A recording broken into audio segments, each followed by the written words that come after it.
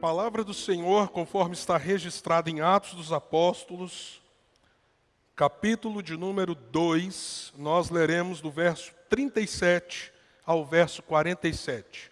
Atos dos Apóstolos, capítulo 2, do verso 37 ao 47.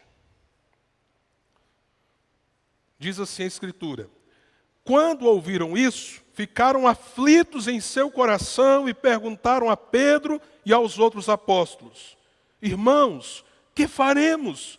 Pedro respondeu: Arrependam-se e cada um de vocês seja batizado em nome de Jesus Cristo para perdão dos seus pecados e receberão o dom do Espírito Santo.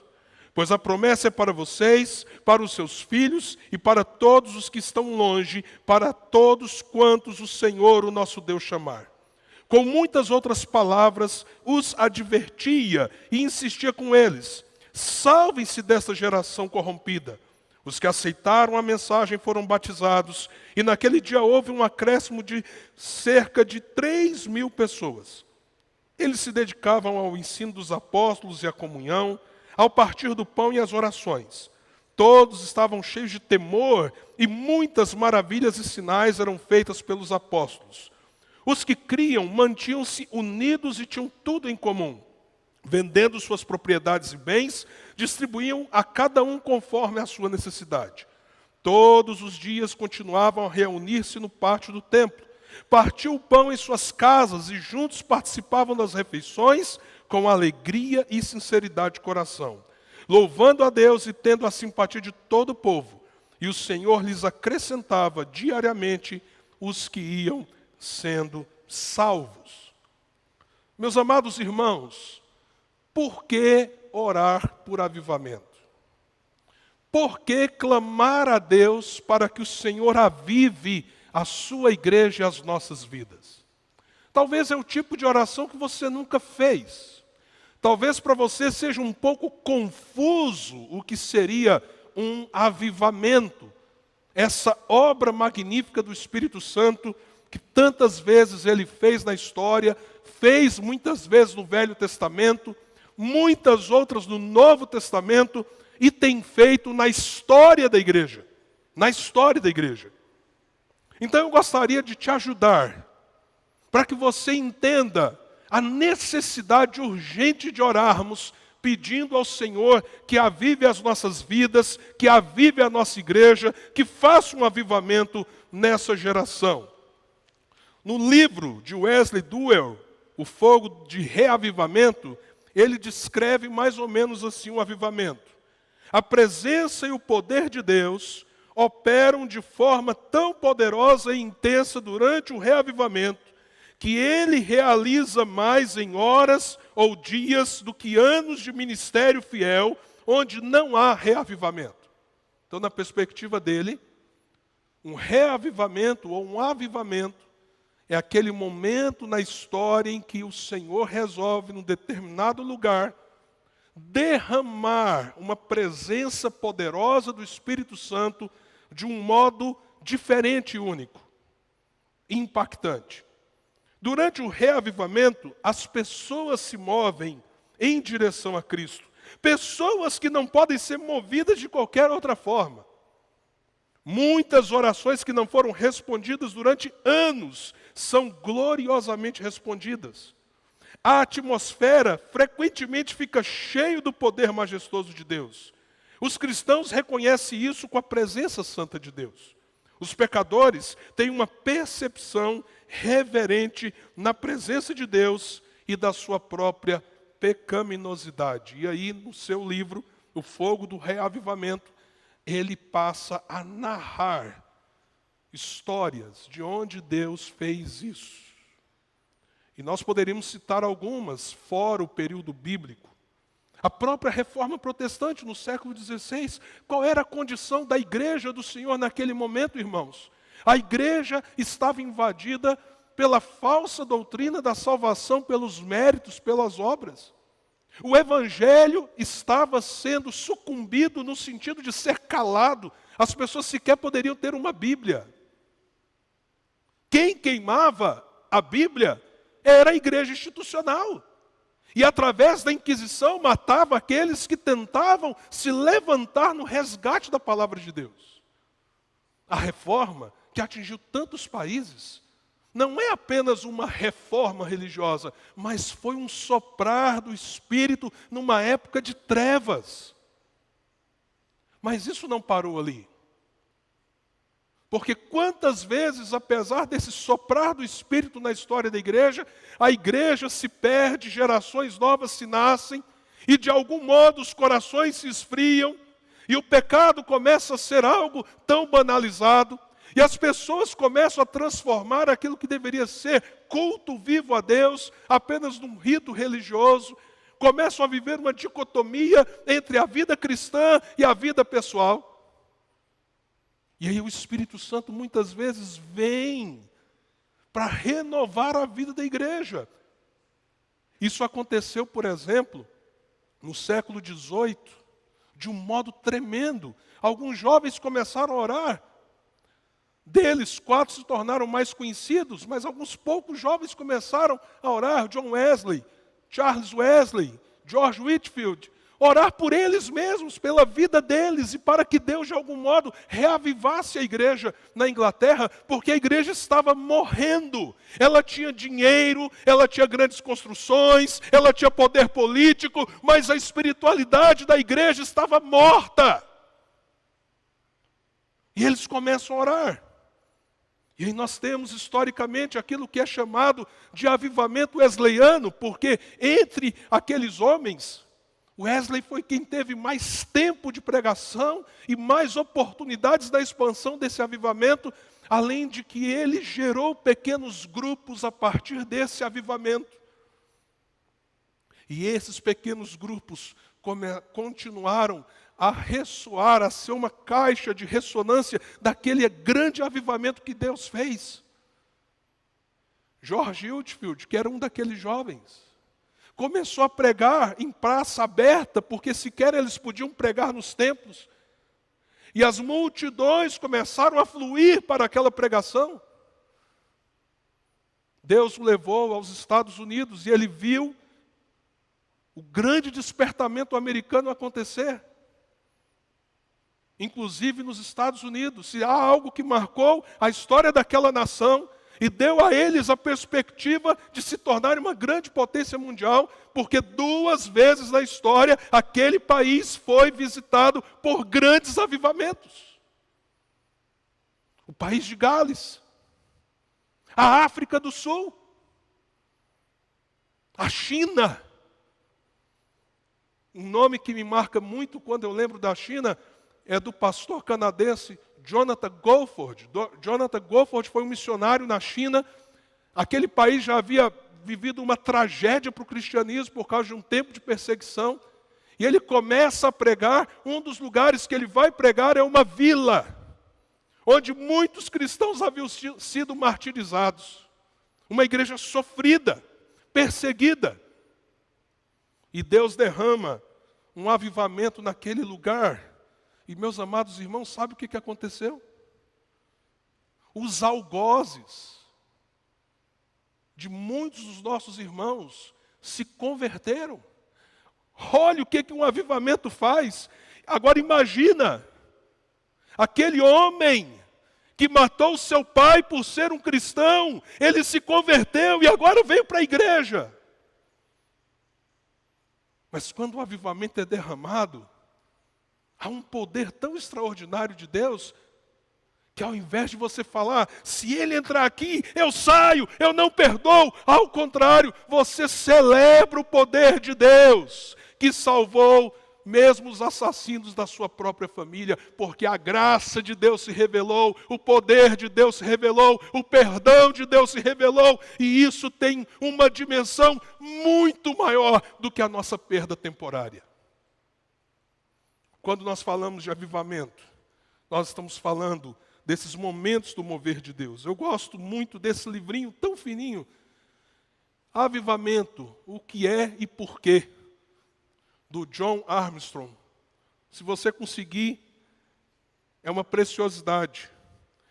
E nesse livro, ele também falando sobre esse sentido do avivamento, a natureza dele, o que é avivamento, ele lança para nós uma convicção. Ele diz assim: é a convicção deste autor que a igreja é principalmente uma comunidade de crentes, trazida à existência pelo poder e pela influência vivificadora do Espírito Santo. Cada conversão, isso é uma coisa importante, preste atenção. Cada conversão verdadeira tem em si as mesmas influências e poder presentes nos grandes derramamentos do Espírito. Então você pode se perguntar, então a gente que não viu um mover tão amplo, majestoso, glorioso do Espírito, nós temos sinais de avivamento no nosso meio? Temos. Toda vez que um pecador se converte, é o mesmo poder que opera nos grandes avivamentos, operando na vida da igreja naquela pessoa. Entende? Por quê? Porque todos nós, como a gente viu lá em Ezequiel 37, todos nós, até não recebermos a ação poderosa do Espírito, nós somos simplesmente ossos secos, espiritualmente gente morta, cadáveres ambulantes, espiritualmente falando. Então, quando o Espírito Santo visita o coração do pecador, e esse se rende a Cristo, e passa a ter vida espiritual, isso é avivamento, avivamento pessoal, que marca também a vida da igreja. Mas olha o que ele diz, né? O mesmo poder presente nos grandes derramamentos do Espírito, chamados despertamento. Avivamento, por definição, é o princípio de vida da igreja. Lembra que Jesus falou? Sem mim, nada. O que, pessoal? Nada podeis fazer. É o poder que traz vida a pecadores mortos e leva avante a causa de Cristo com grandes efeitos, tanto na igreja como na cultura e ao seu redor. Então, aquilo que a gente vê, o poder vivificador do Espírito Santo, muitas vezes fazendo em um, em outro, trazendo pecadores, levando gente a ter uma experiência profunda com Deus, em alguns momentos da história, Deus resolve derramar de um modo extraordinário a manifestação do poder do seu Espírito. E aí aquilo que às vezes a gente está vendo a conta-gotas, o que acontece? Pum! E isso tem impacto, inclusive na cultura. Voltando agora para o texto, nós começamos no momento em que há uma reação a um grande derramar do Espírito Santo. Se você voltar no início, capítulo 2, os discípulos estão aguardando a promessa. Jesus falou assim: vocês vão receber poder ao descer sobre vocês o Espírito Santo. E aí, a partir daí, vocês serão minhas testemunhas em Jerusalém, Judeia, Samaria e até os confins da terra. E eles estão esperando, estão reunidos. E no dia de Pentecostes, Pentecostes é uma palavra que significa 50 dias. No dia de Pentecostes, 50 dias depois da Páscoa, depois da ressurreição do Senhor Jesus, também num domingo como esse nós estamos reunidos, o Espírito Santo é derramado sobre aqueles discípulos. E meus amados irmãos, quando a gente tem um derramar do Espírito Santo, às vezes a gente vê coisas não tão comuns acontecendo.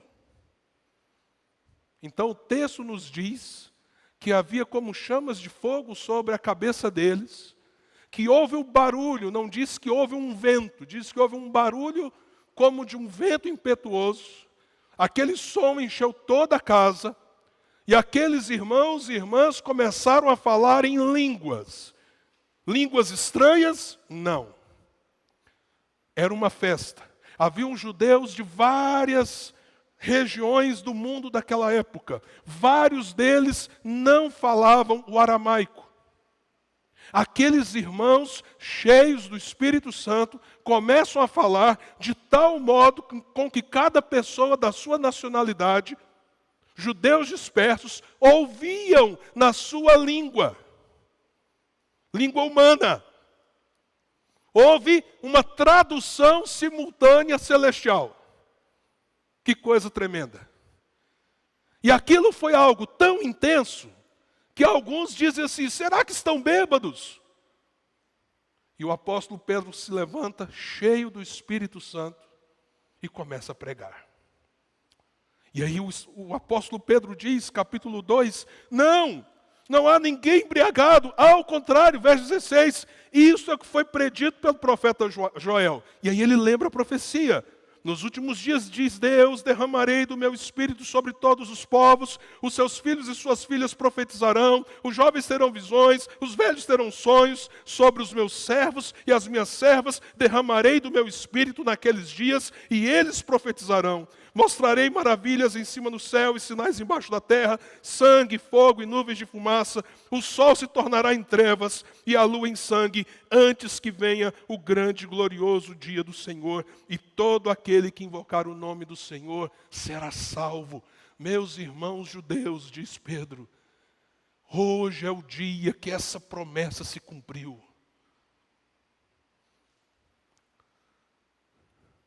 E há, nesse sentido, uma distinção específica de todos os derramamentos do Espírito, que nós podemos chamar de avivamento, para esse avivamento. Esse aqui teve características únicas. Por quê? Vou te explicar. Jesus estava com seus discípulos e disse: é necessário que eu volte para o Pai.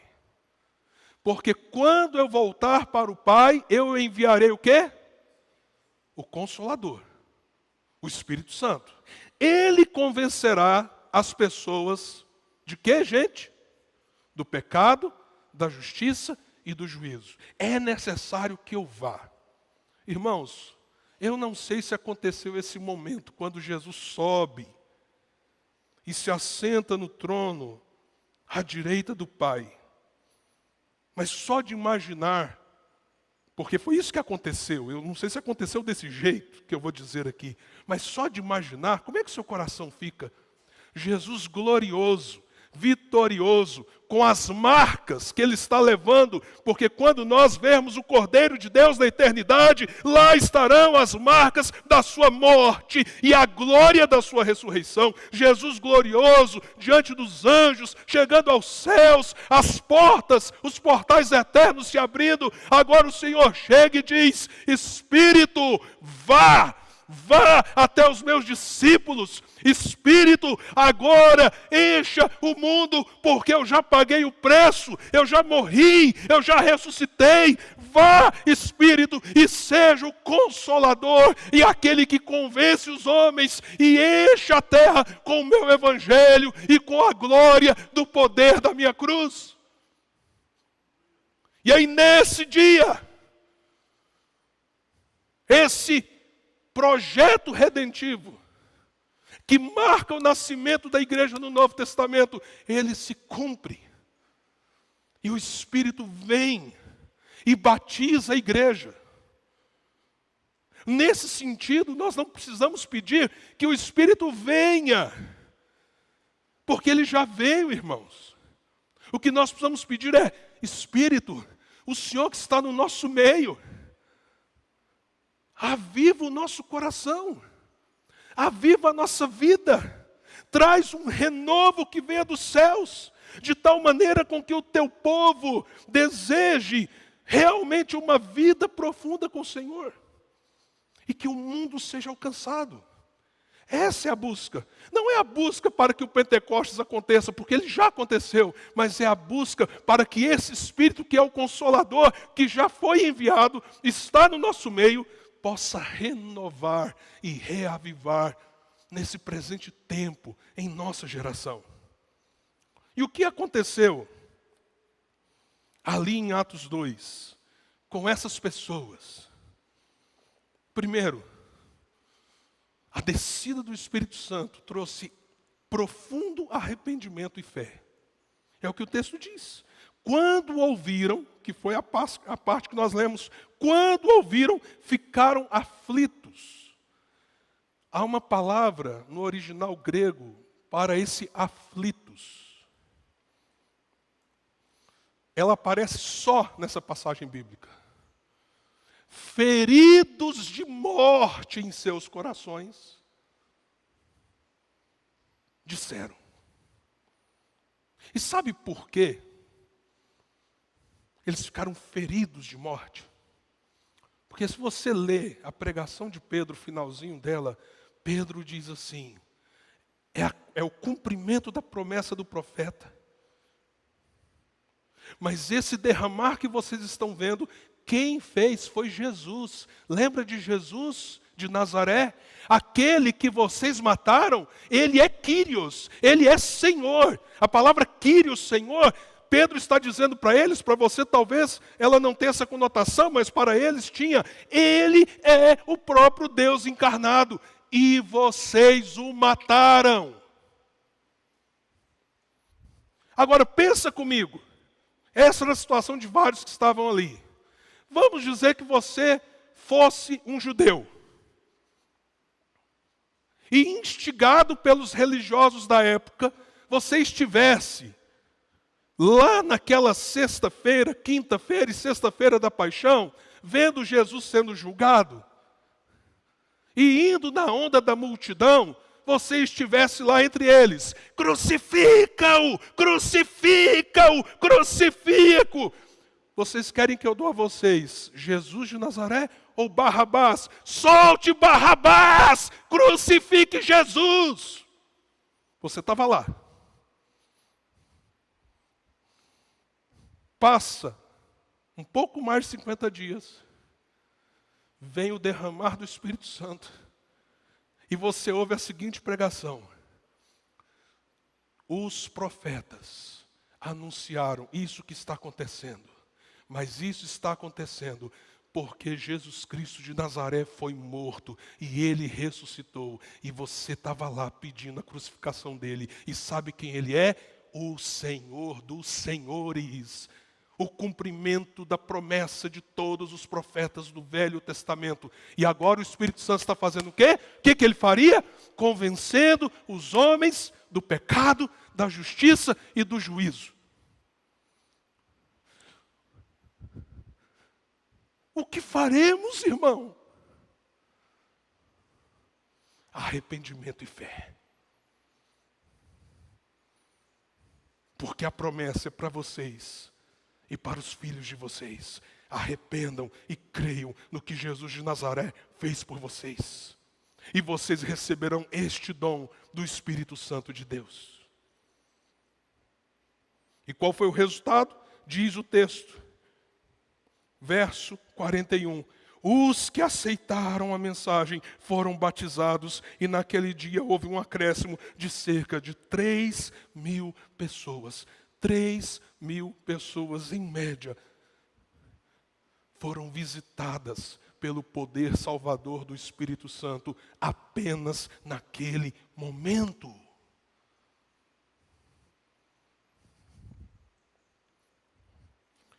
E eles se tornam igreja, comunidade. E aí a gente vê um outro resultado desse derramar. Além do arrependimento e fé, agora dedicação e comunhão. Eu acho que já aconteceu uma coisa com você.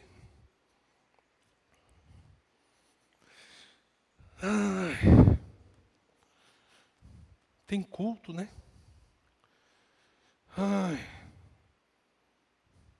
O que vai passar no Esporte Espetacular mesmo?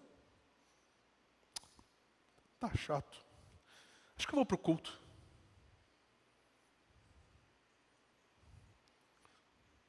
E aí talvez, de vez em quando, você vem aqui para o culto, senta aí e fica assim. Vai acabar, não?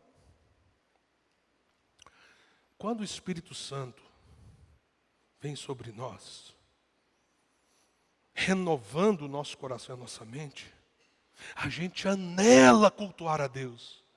A gente tem expectativa de ouvir a palavra de Deus. A gente quer estar em comunhão com os irmãos. A gente tem fome, tem sede, tem necessidade de mais de Deus. A gente conta as horas para ter mais do Senhor. Será que precisamos ou não de um renovo do Espírito Santo de Deus?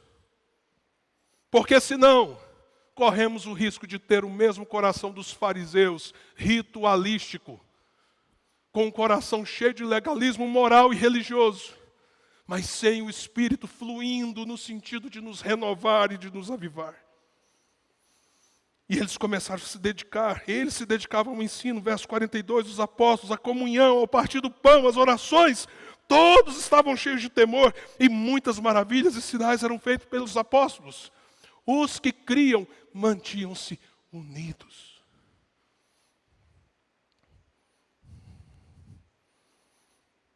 Unidos. Começou até um fenômeno econômico, porque eles estavam numa expectativa tão grande do reino, das coisas do reino, que eles começaram a vender as propriedades e partiam uns com os outros, falaram assim, vamos ficar juntos, o tempo inteiro juntos, adorar o Senhor juntos, de casa em casa juntos, no templo juntos, mas vamos viver para a glória do Senhor. E o último resultado que a gente vê aqui foi louvor e muito testemunho da palavra de Deus, porque diz que eles louvavam e contavam com a simpatia de todo o povo. Precisamos ou não orar por avivamento. Para a gente terminar, será um jeito da gente fazer essa oração? Tem um como? Como é que a gente ora por avivamento? Eu acho que o profeta Isaías deixou para a gente uma dica. E eu quero terminar lendo essas palavras e te perguntando se você pode orar assim a partir de hoje. Isaías 64, versos 1 e 2. Se rompesses os céus e descesses, os montes tremeriam diante de ti, como quando o fogo acende os gravetos e faz a água ferver. Desce para que os teus inimigos conheçam o teu nome e as nações tremam diante de ti. Ó Espírito Santo, abre os céus e derrama sobre nós um renovo da tua graça, para que o mundo conheça quem tu és, e que o Senhor revele o teu Filho Jesus, e que muitos venham a se render diante do Pai. Clamamos por avivamento, em nome do Senhor Jesus. Amém.